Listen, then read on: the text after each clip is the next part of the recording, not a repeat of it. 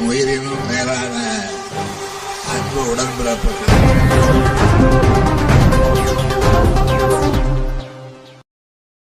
கல்பாக்கம் அடுத்த புதுப்பட்டினத்தில் நடைபெற்ற சமத்துவ நல்லிணக்க இப்தார் நோன்பு திறக்கும் நிகழ்ச்சி 500க்கும் மேற்பட்டோர் கலந்து கொண்டனர். செங்கல்பட்டு மாவட்டம் கல்பாக்கம் அடுத்த புதுப்பட்டினம் தனியார் திருமண மண்டபத்தில் அகில இந்திய காங்கிரஸ் கட்சியின் கல்பாக்கம் நகர காங்கிரஸ் கமிட்டி சார்பில் சமத்துவ நல்லிணக்க இப்தார் நோன்பு திறக்கும் நிகழ்ச்சி மாலை கல்பாக்கம் நகர காங்கிரஸ் கமிட்டி தலைவர் நிசாமுதீன் ஏற்பாட்டில் காங்கிரஸ் கட்சியின் செங்கல்பட்டு தெற்கு மாவட்ட தலைவர் ஜே.பி. பிரபு தலைமையில் நடைபெற்றது. இதில் சிறப்பு அழைப்பாளராக உத்தரமேரூர் சட்டமன்ற உறுப்பினரும் திமுக காஞ்சி தெற்கு மாவட்ட செயலருமான சுந்தர், திராவிட வெற்றி கழக தலைமை ஒருங்கிணைப்பாளர் மல்லை சத்யா, CITU கம்யூனிஸ்ட் கட்சியின் மாவட்ட தலைவர் பழனிசாமி ஆகியோர் சிறப்பு விருந்தினராக கலந்து கொண்டு இப்தார் நிகழ்ச்சியை துவக்கி வைத்தனர். இந்நிகழ்ச்சியில் காங்கிரஸ் கமிட்டியின் கமிட்டி ஆலோசகர் முகமது ஷரீப், வட்டார தலைவர் ஏழுமலை, திமுக திருக்குடுகுன்றம் தெற்கு ஒன்றிய செயலாளர் இடையாத்தூர் சரவணன், ஒன்றிய துணை செயலாளர் தாமோதரன், காங்கிரஸ் கட்சியின் பொறுப்பாளர்கள் சிவா, பெராஸ், காந்தி, நேருஜி, காமராஜ், யாசர் அராஃபத், ராமலிங்கம், ரியாஸ் அகமது, ஐநூல் இந்தியா கூட்டணியை சேர்ந்த முக்கிய நிர்வாகிகள் மற்றும் இந்து, கிறிஸ்தவர், இஸ்லாமிய மதங்களை சேர்ந்த 300க்கும் மேற்பட்டோர் கலந்து கொண்டனர்.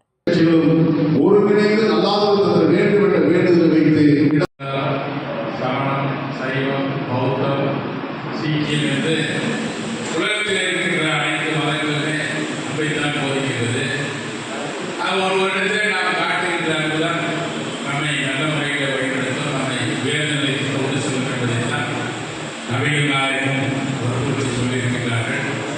ஆக இந்த நோன்பு ரமலான் மாதத்தில் நீங்கள் எடுத்துக்கிற நோன்பு நாடு நன்றாக இருக்க வேண்டும், ஒருவருக்கு ஒருவர் மத நல்லிணக்கத்தோடு நாம் வாழ வேண்டும் என்ற எண்ணத்தின் அடிப்படையில் காலகாலமாக நடைபெறுகின்ற இந்த இதில் நம்ம சர்வீஸ் சகோதரர் சத்யா அவர்கள், சங்கர் அவர்கள் குறிப்பிட்டதை போல இன்றைக்கு நாட்டில் என்ன இருக்கு, வந்தார் பாரத பிரதமர் வந்தார், பிரச்சனை வந்தால் இப்போ பற்றி எரிகிற பிரச்சனை, பெட்ரோலு, டீசலு, கேஸ் என்று எல்லாம் மரவழியில் பங்கெல்லாம் பார்த்து கூட்டம் ஒரு செயற்கையான பஞ்சத்தை இன்றைக்கு ஒன்றிய அரசு உருவாக்கி இருக்கிறது நாம் நம்ப வேண்டும்.